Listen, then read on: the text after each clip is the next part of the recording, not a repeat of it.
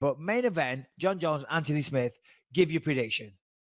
I'm going to say that Jon Jones stops Anthony Smith via strikes in the second round to a very disappointed Luis J. Gomez, if I'm giving my honest opinion. I feel the exact same way. You know, I'm rooting for Anthony, and I'm not saying that it can't happen. And if he sees the headline or something, Bisping says this, watch this thing, Smith. And I think he'll agree. You know, he is an underdog, and there's a reason why he's the underdog. That doesn't mean that he can't still win the fight. But I do see the first round, Jones probably keeping him on the outside, breaking him down a little bit. And then in the second round, Jones will probably get a really good takedown, nice clean double leg, and then unleash some real nasty elbows. Smith, as tough as he is, he's not really a standout wrestler. And even though he has a black belt, he's not really a really heavily skilled jiu-jitsu guy on the floor either. Yes, of course, he can choke people out and he knows the arsenal of submissions, you know, but I don't think he's going to submit Jon Jones. So, I think Jones breaks it down in the first round, second round probably gets a finish. And I say that with respect, and I hope Smith can prove me wrong. All right, so UFC 235 is tomorrow. Jon Jones is back in action after, I think it was only 8 weeks since his last fight. Of course, friend of the show, Anthony Smith, taking him on. Looking to shock the world. I think Anthony Smith is the biggest underdog in UFC history, because I did a segment called On the Line for the UFC the other day. You can check it. Don't check it. You don't have to check it. UFC are very, very good with their stats, okay? They're very good. Okay, they know. They make the stats. And the whole segment was the fact that he's the biggest underdog in UFC history. I was in there with Rockhold. There was a few others in there as well. So, you know, Anthony Smith really is looking to go out there and shock the world. He said something interesting. I think it was last week. He said, a lot of people, you can see it in their eyes when they fight Jon Jones. They're caught in the moment. They're scared of him. They're intimidated by him. He said, and I've been in front of Jones. I've squared up with Jones. And yes, he does have a presence, but that isn't going to work on me. I'm not going to fall foul or fall victim to his mind games, to his presence. He's not going to make me doubt myself. And he's right. That is part of the aura of Jon Jones. You know, a lot of people, they're probably almost beaten before the fight even takes place. And whilst I don't think Anthony Smith is lying, I also think there is, and I say this with respect, it's easy to say those things. You know, it's easy to say that until the octagon, the cage door locks. You know, and I hope that is true. I hope that is his mindset, because that is the type of mindset that's going to help him win this fight, because he is an underdog, and he's an underdog for a reason. And he wouldn't mind me saying that. You know, Jon Jones, is he the greatest of all time? That's the question that's always out there. The answer is probably yes. You know, and he can get the job done everywhere. He's very good at wrestling. He's got good submissions. He's got excellent striking. He's big. He's tall. He's long. And now, Lewis, you can speak. Yeah, I mean, I'm watching Anthony Smith highlights. He looks incredible against guys that are not elite level. You know, all these guys that he's knocking out. Yeah, it's great. But when you deal with Jon Jones, who not only has the skill set but also the physical attributes to make it a really, really tough fight, it's an uphill battle. I am rooting for Anthony Smith with every bit of my heart. You have no idea. Like, I'm not a Jon Jones fan. I shouldn't say that, because I'm a Jon Jones fan the same way that I'm like a fan of King Joffrey in Game of Thrones. I don't have to like him. I'm a fan of the evil King Joffrey and what he brings. It's like, it's awesome.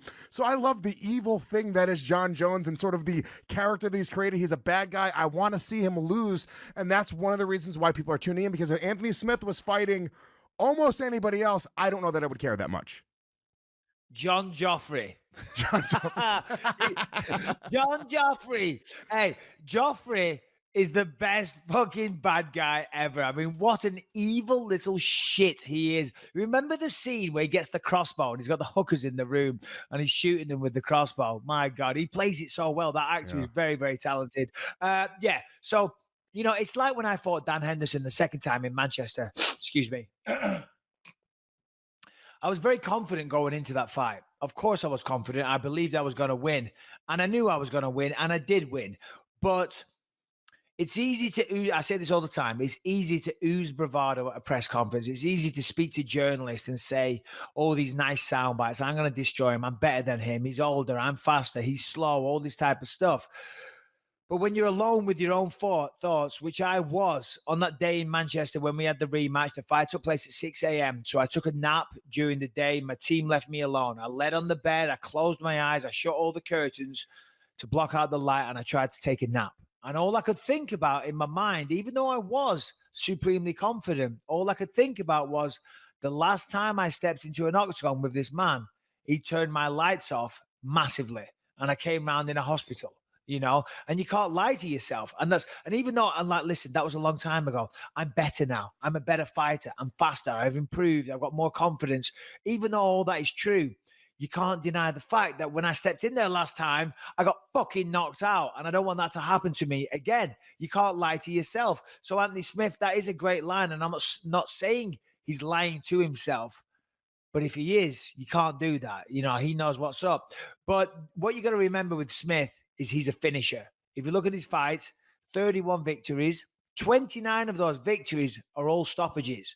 So if he wins a fight, and again, fact checking Lewis, I see it anytime I say a stat, you go to the laptop. It's like, you don't believe me, but it's good. I like it. I want to be able to have an intelligent conversation. I'm not an encyclopedia of MMA the same way that you are, Mr. Bisping. So when you say that, I'm not looking to check your facts. What I'm looking at is how many losses and how he. Yeah, he's got a few losses on there. He has. I mean, you could argue that 13 losses. He's got the 13 losses, which is a lot. But he's found current form.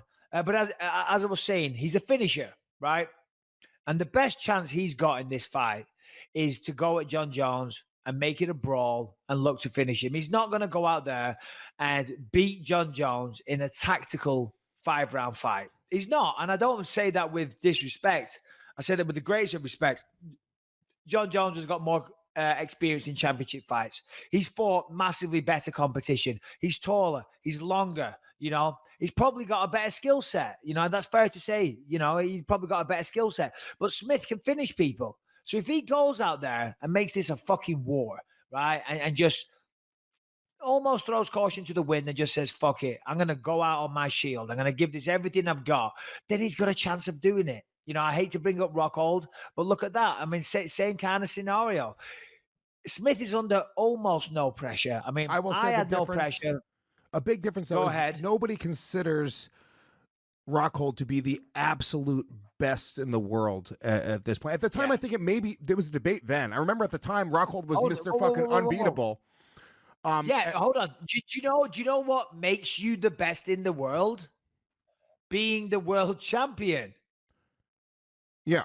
And he was the world champion, Lewis, and he'd beaten Machida in style. He'd beaten Rockhold Weidman in style. He beat me. He was on a tear. He was on a tear. So at the time, he was the best in the world. Well, I think, at the time, he was. A lot of people were like, holy shit, he's the next coming of Christ. But even you, I remember at the time, dude, I remember this very specifically because we were doing the radio show already when you took that fight. You were like very much like you didn't buy into the Rockhold thing, and maybe that's why I didn't either as much. Like I wasn't going like, oh my god, he's fucking unbeatable, dude. I'm looking at it from a fan's perspective. I'm out here, maybe because I'm close to you is a different thing. Your confidence was through the roof for that Rockhold fight, and I just was like, I won money on that fight. I bet on you. Like you were so sure of yourself in that fight. And when I step back and I look at Anthony Smith and Jon Jones, I'm not convincing myself that Anthony Smith is going to do the same thing to Jon Jones. Ultimately, that's what I'm saying. Yeah, no, for sure. And that is a very understandable point of view. And I totally get it. And a lot of people didn't believe I would do it. But and I'm not trying to talk about myself. The reason I bring it up is because it's a good example, right? It's that two men meet. We're both only human beings. Jones and Smith are humans, and at some point everybody gets beat. Now, I don't think the time is now for Jones. I'm not saying Smith can't beat him. What I'm saying is he's not old. He's not over the hill. He hasn't been on this run and he's getting towards the end of his career. He's not. He's still very much in his prime. So Smith has got a monumental task, and that's why he's the biggest underdog we've seen. Can he do it? Of course he can. As I said, he's a finisher. He's finished almost all of his victories. Is it going to be fucking tough and probably unlikely? Yeah. It's probably unlikely. The smart money is on Jon Jones. But if you bet on Anthony Smith, he's a massive underdog and you'll get a good return. So if you want to have a little bit of fun, go to betdsi.com, boom, and make your picks, doggy. But Who All are right, you so there rooting you go. for? Who I not forget the analysis side of it. Who are you rooting for? You're rooting for Anthony Smith. You have to.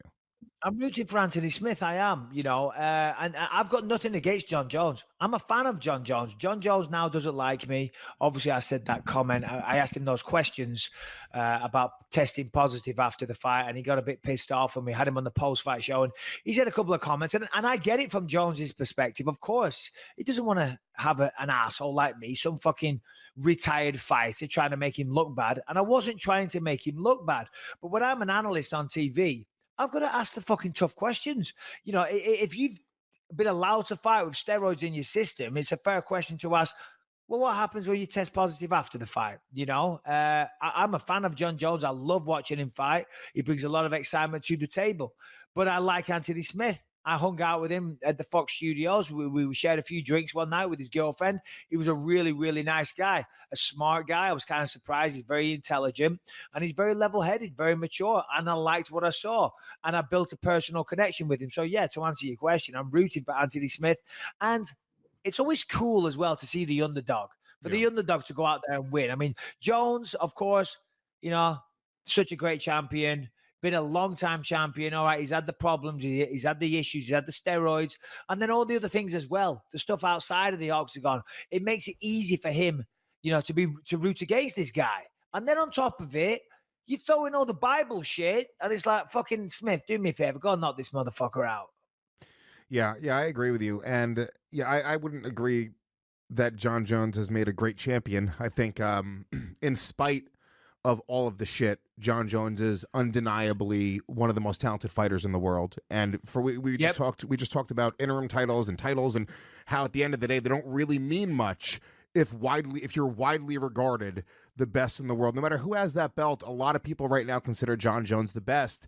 I have a hard time when guys are caught doing steroids, especially multiple times. It wasn't like a mistake like 10 years ago in his career, when it's like, I have a difficult time. I separate them. I put them in a separate category. And I look at all the guys who are clean or supposedly clean, and I sort of put them in the category as best pound for pound. And I go, well, then there's all these other guys. And this other category of guys who've been caught cheating, Jon Jones is by far head and shoulders pound for pound best.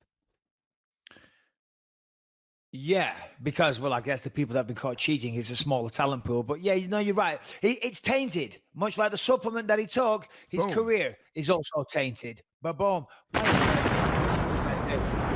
Yeah, Jon Jones is tainted, bro. No, and it's a shame. It is a shame. But yeah, so I'm looking forward to that one. We'll see how that one goes. Wishing the best of luck to Anthony Smith. And listen, we all enjoy watching Jon Jones fight. He finishes people. That's what we want to see. I'm not a hater of Jon Jones. Do I agree with some of his conduct and things? No, I don't. The steroid thing, well, everyone knows my feelings on that, but I still enjoy his performances and what he brings to the table. And I've met Jon a bunch of times. We've never hung out, gone to dinner or anything like that, but I've had enough conversations with him over the years, and I've always found him to be a decent guy. I've never had an interaction where I've thought, what a fucking dickhead. You know what I mean?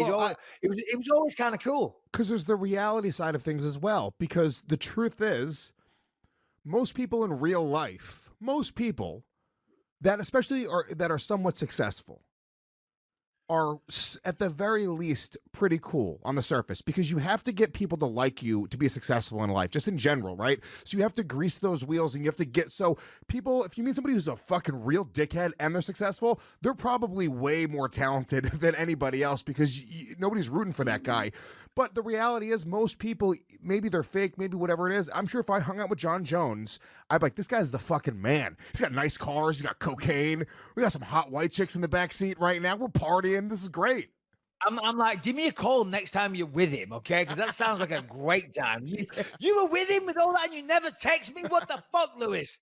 And you're right. I agree. It's like our good friend Luke Rockhold, right? I always say, me and Luke, we had this beef. Luke's all right. Luke's a sound guy. He really is. Like the fact that DC and all those people are so cool with him, and they're very very close. DC's a great guy. DC's a great fucking human being. So for DC to be so close to him, that speaks volumes. And a lot of people that I know, we have kind of some mutual friends, like my good buddy Roy Hibbert, who was on the last show.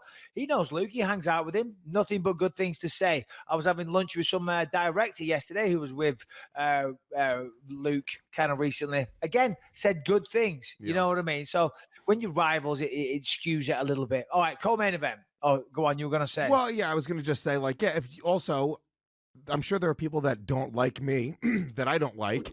And to us, we're assholes. Like, I'm an asshole. This guy's an asshole. But he might be the most charitable, nicest, sweetest person in the world who donates to charity and helps out sick kids in Africa.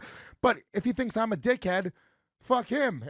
I'm not really looking any deeper than the surface area shit. So that's unfortunately what happens with Luke and with you. In another lifetime, you guys might be best buds. Well, it all depends on the circumstances of when you meet. You know what I mean? I mean, listen, you're in a highly fueled situation, not just me and Luke, two fighters, two competitors, whatever it is. The fact that you are competing against one another, that makes it very hard for a friendship to form. I'm saying that me and Luke would have ever become best friends, but you see what I'm saying. Anyway, enough of that. All right, we're going to get into the rest of the card later on. But first of all, let's just hear from betdsi.com. If you want to make money on the main event, listen, betdsi.com is the place to do that. Of course, sporting events are always better. Nothing better than watching a fight when you've got money on the line. And of course, these have an incredible offer. But just a little bit about BetDSI first. They've been in business for over 20 years. They're top rated on all sportsbook review sites. They have an easy and fast playing interface. Bet games as they go. You get live in-game wagering options throughout the tournament, make plays throughout entire games and events. Guess what? They've got great customer service available 24/7, 365. And the final thing, Lewis, BetDSI has built a reputation on fast payments of winnings. Lewis, tell these people how they can take advantage of this ridiculous offer. Well, right now, go to betdsi.com and use the promo code BYM120. That will let them know that we sent you there. That's super important. If you listen to the show and you love the show, that helps us out. You can also opt in for an incredible 60% bonus match. That means anything up to $1,000, they'll match you with 60%. You put $100 down, you play with 160. FYI, if you guys opt in for any bonus matches, there is a rollover period. So you have to gamble a certain amount of times before you can take that money out. So just know that if you want to put in your own cash right away, you can take it out right away. But if you opt in for the bonus match cash, you got to wait a little bit or you got to gamble a certain amount of times. But do it right now. Go to betdsi.com. Use that promo code BYM120. Gives you an amazing bonus match. I'm saying right now, with Anthony Smith being such a big underdog this weekend, fuck it. That's a huge amount of money you can make. That's the way to gamble. If you want to make it fun, throw $100 down on Anthony Smith. They'll make it 160. You get a huge fucking payout on that. Go buy yourself an amazing weekend with your girlfriend at a hotel somewhere, a weekend somewhere, and let them know that BYM sent you.